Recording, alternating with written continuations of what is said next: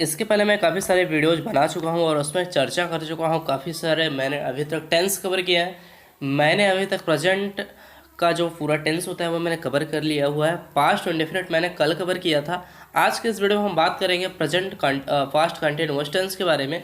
किस तरीके से पास्ट कंटिन्यूअस टेंस होते हैं, इनकी पहचान क्या होती है, इसमें हेल्पिंग वर्ब क्या लगाई जाती है, और यानी कि पास्ट कंटिन्यूअस टेंस के बारे में आज हम पूरा डिटेल से बात करने वाले हैं। तो स्वागत है आपका मल्ली इंग्लिश चैनल में। और आज के इस वीडियो में हम बात करने वाले हैं पास्ट कंटिन्यूअस टेंस क्या होता है और किस तरीके से ये सेंटेंसेस होते हैं। सारा डिटेल मैं कवर करूंगा इस वीडियो में। वीडियो पसंद आए तो लाइक कर दीजिए, चैनल पे नए हो तो सब्सक्राइब जरूर करिएगा। चलिए, मैं इस चैनल पे काफ़ी अलग तरीके से ग्रामर को लेकर चल रहा हूँ, जो कि एकदम बेसिक से मैंने स्टार्ट किया है और लेकर चलूँगा एडवांस लेवल तक। हमें चीज़ों को कवर करने में थोड़ा टाइम लगेगा, लेकिन मैं पूरी ग्रामर यहाँ पे कवर कर लूँगा आने वाले समय में। उसके लिए आपको करना कुछ नहीं है, वीडियोज़ को शुरुआत से देखते रहना है और ग्रामर को सीखते रहना है। सबसे पहले अगर मैं प्रेजेंट कंटिन्यूअस टेंस के बारे में अगर आपसे बताऊं, सॉरी पास्ट कंटिन्यूअस के बारे में अगर हम बात करें सबसे पहले, तो पास्ट मीन्स होता है भूत और कंटिन्यूअस का मतलब होता है जारी, और टेंस मीन्स होता है काल। यानी कि भूतकाल में मुख्य क्रिया का जारी होना ही पास्ट कंटिन्यूअस टेंस कहलाता है। जैसे वह जा रहा था, यानी कि ये चीज़ जो है वो जारी थी कि जा रहा था, लेकिन ये चीज़ जो है वो बीत चुकी है। यानी कि जो बीत चुकी होती हैं चीज़ें उसको हम पास्ट में मानते हैं, और यहाँ पे जो जारी होना है इसका, इसलिए यहाँ पे इसको हम कंटिन्यूअस में कहेंगे। यहाँ पे हो जाएगा ये पास्ट कंटिन्यूअस इस तरीके से। तो भूत जो होता है भूतकाल में मुख्य क्रिया का जारी होना है पास्ट कंटिन्यूअस टेंस कहलाता है। इसकी जो मुख्य की जो क्रिया होती है, इसमें आपको करना कुछ नहीं है, वाज आपको लगाना है और वेयर लगाना है। प्लस अगर नाट हो तो नाट लगाइए, नहीं तो गोइंग टाइप की क्रिया लगती है इसमें। यानी कि वर्ब की जो आईएनजी फॉर्म होती है वो इसमें लगाई जाती है। आपको करना कुछ नहीं है, आपको ये देखना होता है कि वाक्य सिंगुलर है या प्लूरल। सिंगुलर हो तो उसके साथ था थे थी के लिए वाज लगाना होता है, और प्लूरल हो वाक्य यानी कि बहुवचन हो तो उसके लिए था थे थी के लिए आपको वेयर लगाना होता है। जैसे वह जा रहा था तो ही वाज गोइंग, वे जा रहे थे तो दे वेयर गोइंग, ठीक है। वे नहीं जा रहे थे, दे वेयर नॉट गोइंग। वह क्यों नहीं जा रहा था, why was he not going, इस टाइप से। मैं चलता हूँ अब एग्जाम्पल पे, आपको बताता हूँ एग्जाम्पल के थ्रू ये चीज़ें क्या होती हैं। आपको प्रश्नवाचक हो या नकारात्मक हो, सबके साथ यही क्रिया प्रयोग करनी होती है। वाज वेयर, चाहे साधारण वाक्य हो, चाहे सिंपल वाक्य हो, चाहे इंट्रोगेटिव और निगेटिव सेंटेंस हो, सबके साथ आपको यही प्रयोग करना होता है, वाज वेयर प्लस नाट हो तो नाट, नहीं तो गोइंग टाइप की क्रिया।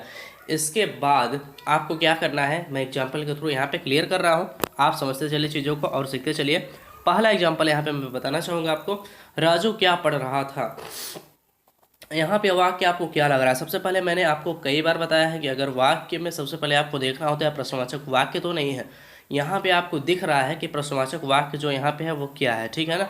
तो राजू क्या पढ़ रहा था, तो यहाँ पे जो आपको क्या है वो उसको आप बाहर निकालेंगे।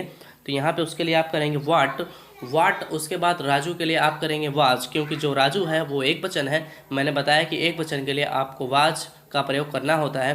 तो राजू यहाँ पे एक वचन है, इसके लिए यहाँ पे वाज आ गया। तो वाट वाज राजू रीडिंग, इस टाइप से हो जाएगा। तो वाट वाज राजू रीडिंग हो जाएगा ये। उसके बाद हमारे पास दूसरा एग्जाम्पल है, उसे कौन पढ़ा रहा था।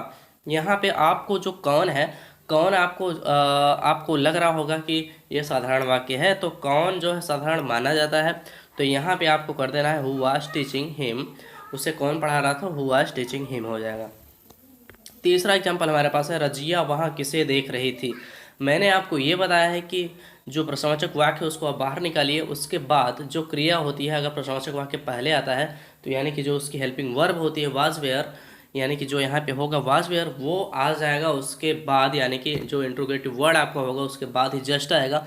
आपको ये देखना है कि सिंगुलर है या प्लूरल, उसी के हिसाब से आपको वाज और वेयर का प्रयोग करना है। जैसे यहाँ पे होम के बाद वाज का प्रयोग हुआ है क्योंकि यहाँ पे रजिया है, तो रजिया एक वचन है इसलिए यहाँ पे इसके लिए वाज आया हुआ है। तो यहाँ पे आपको कर देना है, होम मीन्स होता है किसे या किसको, तो whom was Razia seeing there, इस टाइप से हो जाएगा। इसलिए यहाँ पे अर्थ आ जाएगा कि रजिया वहाँ किसे देख रही थी, तो whom was Razia seeing there, इस टाइप से हो जाएगा।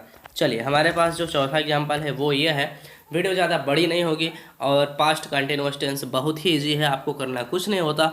वाज वेयर के साथ आपको नाट हो तो नाट, नहीं तो आईएनजी टाइप की क्रिया लगानी होती है। वाज आपको एक वचन के साथ, वेयर आपको बहुवचन के साथ में लगाना होता है। आपको उसके बाद आईएनजी टाइप की क्रिया लगा देनी होती है। बहुत ही सिंपल वाक्य है, आपको थोड़ा सा समझना है। वाज और वेयर का कॉन्सेप्ट और आईएनजी टाइप की जो क्रिया होती है बहुत ही ईजी है। आपको जो प्रेजेंट कंटिन्यूअस में ईजी मिलता है और पास्ट कंटिन्यूअस और फ्यूचर कंटिन्यूअस, ये तीनों सबसे ज़्यादा ईजी माने जाते हैं और सबसे ज़्यादा ईजी होते भी हैं। इसमें करना कुछ नहीं है, was where plus going type की क्रिया लगानी होती है। तो मैंने आपको 3 एग्जाम्पल बता दिए। चौथा एग्जाम्पल है, तुम वहाँ क्या कर रहे थे। यहाँ पे आपको क्या के लिए आपको वाट लगाना होगा, क्योंकि जो क्या की जो इंग्लिश होती है वो होती है वाट। तो यहाँ पे तुम वहाँ क्या कर रहे हो, तो इसके लिए हो जाएगा वाट वेयर यू डूइंग देयर, इस टाइप से। चलिए यहाँ पे उसके बाद हमारे पास 5वां एग्जाम्पल है, रजिया कक्षा में शोर क्यों मचा रही थी। तो यहाँ पे आपको ये देखना है कि जो क्यों है उसको आपको पहले ही निकाल देना है। मैंने इसके पहले जो वीडियो बनाई है उसमें सारा कुछ मैंने कवर किया हुआ है, सारा कुछ मैंने प्रश्नवाचक यानी वाक्य यानी इंट्रोगेटिव वर्ड के बारे में बताया है, किस तरीके से 1 नंबर 2 नंबर आगे पीछे चीज़ें होती हैं। तो मैं आपसे यही रिक्वेस्ट करूँगा कि आप वीडियोज़ को शुरुआत से देखते आइए और चीज़ों को समझते आइए, तभी आपकी जो ग्रामर है वो अच्छे तरीके से क्लियर हो पाएगी। क्योंकि मैं इतना बेसिक से अगर लेके चल रहा हूँ, मेहनत कर रहा हूँ, तो आप भी थोड़ी सी मेहनत करिए। आपको करना कुछ नहीं है, आपको वीडियोज़ देखने हैं और कुछ भी नहीं करना है। चलिए, रजिया कक्षा में शोर क्यों मचा रही थी। वीडियो पसंद आया तो लाइक करना मत भूलिएगा। रजिया कक्षा में शोर क्यों मचा रही थी, यहाँ पे क्यों के लिए आपको वाई लगाना होगा। तो वाई वाज रजिया, यहाँ पे रजिया के लिए वाज इसलिए आया क्योंकि रजिया एक वचन है, इसलिए यहाँ पे कर देंगे वाई वाज रजिया मेकिंग अनवाइस। यहाँ पे शोर मचाने के लिए आपको मेकिंग अनवाइस कर देना होता है, यहाँ पे नवाइजिंग नहीं करेंगे क्योंकि शोर मचाने यानी कि उसके लिए आपको मेकिंग अनवाइस ही लगाना होता है, ठीक है ना। तो मेकिंग अनवाइस यहाँ पे अ लगाना जरूरी है, अ नहीं लगाएंगे तो आपकी जो ये स्पेलिंग है शोर मचाने की वो गलत हो जाएगी। इसलिए यहाँ पे हुआ why was Georgia making an voice in the class हो जाएगा इस टाइप से। यहाँ पे कक्षा में के लिए इन द क्लास हो जाएगा, क्योंकि जो क्लास है वो निश्चित है, इसलिए यहाँ पे जो कक्षा होती है वो एक जगह होती है, वो निश्चित चीज़ होती है, इसलिए यहाँ पे द लगा हुआ है। जो चीज़ें निश्चित होती हैं, जो अपने स्थान से हट नहीं सकती हैं, वहाँ पे आपको द का यूज करना होता है उस सेंटेंस के आगे, यानी कि उस वाक्य के आगे आपको द का प्रयोग कर देना होता है। जैसे यहाँ पे कक्षा, कक्षा जो है वो निश्चित है, एक जगह जो बनी हुई है कक्षा वो कभी अपनी चेंज नहीं हो सकती। अगर वो चेंज भी होगा तो क्लास बदल सकता है, लेकिन उस वो कक्षा ही नाम दिया जाएगा, भले ही क्लास 6 हो, 7th हो, 4th हो, लेकिन वो क्लास चेंज हो सकता है, लेकिन उसका जो कक्षा नाम है वो कक्षा ही रहेगा और अपने स्थान पे ही रहेगा। इसलिए यहाँ पे उसके लिए जो चीज़ें निश्चित होती हैं उसके आगे द का प्रयोग किया जाता है। जैसे स्कूल के आगे भी द का प्रयोग किया जाता है, क्योंकि स्कूल अपने स्थान से कभी नहीं हटेगी, इसलिए यहाँ पे द। जो चीज़ें अपने स्थान से कभी नहीं हटती हैं, जो चीज़ें अपने स्थान पर हमेशा निश्चित होती हैं, उनके आगे द का आप प्रयोग करेंगे। जैसे कि द ताजमहल के आगे, ताजमहल के आगे द का प्रयोग किया जाता है, क्योंकि ताजमहल अपने स्थान पे हमेशा निश्चित रहेगा, इसलिए यहाँ पे द ताजमहल प्रयोग करते हैं। तो आप सीधा सीधा ये जानिए कि द का कॉन्सेप्ट आप वहाँ पे यूज करेंगे। आप वहाँ पे ऐसा सीधा समझिए कि जो चीज़ें निश्चित होती हैं, जो चीज़ें अपने स्थान से हटती नहीं है, वहाँ पे आपको द का प्रयोग करना होता है। जैसे गंगा में आप द गंगा लिखते हैं तो गंगा अपने स्थान से कभी नहीं हटती है, द रिवर लिखते हैं, नदी अपने स्थान से कभी नहीं हटती है, इसलिए इन चीज़ों के आगे द का प्रयोग किया जाता है। चलिए, राधा तुम्हें क्यों देख रही थी, यहाँ पे क्यों के लिए आपको वाई करना है, why was Radha seeing you. उसके बाद हमारे पास 7वां एग्जाम्पल है, उन्हें कौन सता रहा था। तो यहाँ पे कौन सता रहा था, कौन के लिए आपको हु लगाना होगा। तो who was teasing, tease means होता है सताना, TEASE, यहाँ पे ई हट जाएगा लास्ट में और ING आ जाएगा, TEASING हो जाएगा। तो हु वाज टीजिंग हिम, टीजिंग देम इस टाइप से हो जाएगा। तो उन्हें कौन सता रहा था, ये वाक्य इस टाइप से सल्यूशन इसका हो जाएगा। और हमारे पास 8वां एग्जाम्पल है, उससे कौन नहीं पढ़ा रहा था। उससे कौन नहीं पढ़ा रहा था, यहाँ पे आपको ये देखना है कि कौन के साथ में नहीं भी जुड़ चुका है, तो यहाँ पे आपको थोड़ा सा वाक्य में नॉट भी लगाना होगा। तो नॉट आपको प्रयोग कहाँ पे करना होता है, मैंने आपको बताया है कि जो कि आपकी ING की क्रिया होती है उसके पहले ही आपको नॉट लगा देना होता है। ING की क्रिया का मतलब क्या है, जो आपकी जो क्रिया है वाक्य में, इसका क्रिया क्या है, पढ़ना है वाक्य में। तो जो पढ़ना है उसके लिए आप क्या करेंगे, टीचिंग करेंगे, रीडिंग करेंगे, जैसा होगा। अगर किसी को आप पढ़ाते हैं तो उसके लिए आप टीच लिखेंगे, अगर आप स्वयं पढ़ते हैं तो उसके लिए आप रीड लिखेंगे। तो यहाँ पे पढ़ाने की बात है इसलिए यहाँ पे टीचिंग हुआ है, उसे कौन नहीं पढ़ा रहा था, तो who was not teaching him. मैंने आपको बताया कि जो आईएनजी की क्रिया होती है उसके पहले यहाँ पे नॉट आपको लगाना होता है, तो who was not teaching him इस टाइप से यहाँ पे हो जाएगा। उसके बाद हमारे पास नवा एग्जाम्पल है, क्या वह खाना खा रहा था, क्या वह खाना खा रहा था। मैंने आपको ये बताया है कि जो चीज़ें शुरुआत में जिस वाक्य के शुरुआत में ही क्या आ जाए वहाँ पे आपकी जो हेल्पिंग वर्ब होती है वो पहले आ जाती है, और आपका जो एक नंबर होता है जो करता होता है वो 2 नंबर पर चला जाता है। यहाँ पे ऐसे हुआ है, आपको यहाँ भी जैसे मैं कह दूँ कि वह खाना खा रहा था तो ही वाज ईटिंग फूड करेंगे। अगर क्या वह खाना खा रहा था तो वाज को आपको पहले कर देना और ही को बाद में कर देना, बस वहाँ पे क्या अर्थ ऑटोमेटिकली आ जाएगा। यहाँ पे आपको शुरुआत में अगर क्या आता है तो उसके लिए कोई विशेष आपको मीनिंग नहीं लिखनी होती है, आपको 2 नंबर को यानी कि जो उसकी क्रिया होती है उसको पहले कर देना होता है, और 1 नंबर की जो करता होता है उसको यानी कि बाद में कर देना होता है।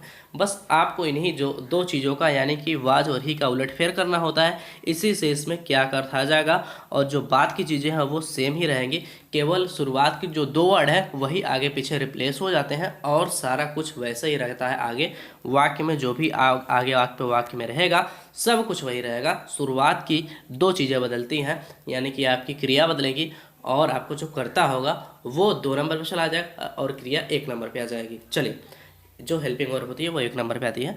यहाँ पे वह के लिए वाज आया हुआ है, ये आप ध्यान रखिए। लास्ट एग्जाम्पल है हमारे पास। वीडियो पसंद आया तो लाइक कर दीजिए, उम्मीद है कि आपको वीडियो जरूर पसंद आई होगी, तो लाइक जरूर करिएगा। हमारे पास लास्ट एग्जाम्पल बचा हुआ है, और चैनल पे नए हो तो सब्सक्राइब कर लीजिए, और सब्सक्राइब भले ही आप किए हो लेकिन अगर आप बेल आइकन प्रेस नहीं किए हो तो बेल आइकन प्रेस करिए, और वहाँ पे जो नोटिफिकेशन है वहाँ पे नोटिफिकेशन पे ऑल सेलेक्ट करके ओके करिए, तभी हमारे सारे वीडियो की नोटिफिकेशन आपके पास मिल पाएगी। वैसे अब से वीडियो रेगुलर आएगी, एक दिन भी मिस नहीं होगा, चाहे मैं जैसे करूँगा आपको वीडियो ज़रूर दूंगा। यहाँ पे उसके बाद हमारे पास लास्ट एग्जाम्पल है, क्या आप एक कक्षा में खेल रहे थे, तो यहाँ पे आपको ये देखना है कि वे कक्षा में खेल रहे थे तो दे वेयर प्लेइंग होगा, तो क्या वे कक्षा में खेल रहे हैं तो वेयर दे प्लेइंग इस टाइप से हो जाएगा। आपको मैंने बताया कि जो 2 नंबर होता है जो उसकी क्रिया होती है, जो उसकी हेल्पिंग वर्ब होती है वो पहले आ जाती है, तो where they playing in the class इस टाइप से हो जाएगा। द क्लास क्यों हुआ, क्योंकि मैंने आपको बताया कि जो चीज़ें निश्चित होती है वहाँ पे आपको द का प्रयोग करना होता है। ये आप शायद समझ गए होंगे। उम्मीद करता हूँ कि आपको ये वीडियो ज़रूर पसंद आई है, और आगे आप इसी तरीके के वीडियो देखना चाहते हैं तो चैनल को सब्सक्राइब जरूर करिएगा, और वीडियो पसंद आए तो लाइक ज़रूर करिएगा। लाइक कर दीजिएगा वीडियो को, क्योंकि लाइक करने से हमारा उत्साह बढ़ता है और आपको पढ़ाने में और मुझे मज़ा आने लगेगा। उसके बाद मैं आपसे एक चीज़ कहना चाहूँगा, अगर आप सारे वीडियोज़ को शुरुआत से देखते आएंगे तो चीज़ें जो है अच्छे तरीके से क्लियर होती आएंगी। मैं हर एक वीडियो में आपको कहता हूँ और 2-3 बार ये चीज़ रिपीट क्यों करता हूँ, क्योंकि मैं जानता हूँ कि अगर जो शुरू से ही देखेगा उससे ही जो है चीज़ें क्लियर हो पाएंगी। भले ही आपको ग्रामर आती हो लेकिन आप फिर भी शुरू से ही देखिए, क्योंकि जो हमारा कॉन्सेप्ट है पढ़ाने का वो थोड़ा यहाँ पे अलग होने वाला है। ठीक है, चलिए दोस्तों, आज तक के लिए इतना ही। मिलते हैं आपसे अगले वीडियो में नए टॉपिक के साथ में, फिर किसी नए टॉपिक में। तब तक के लिए नमस्कार, धन्यवाद, आपका दिन शुभ।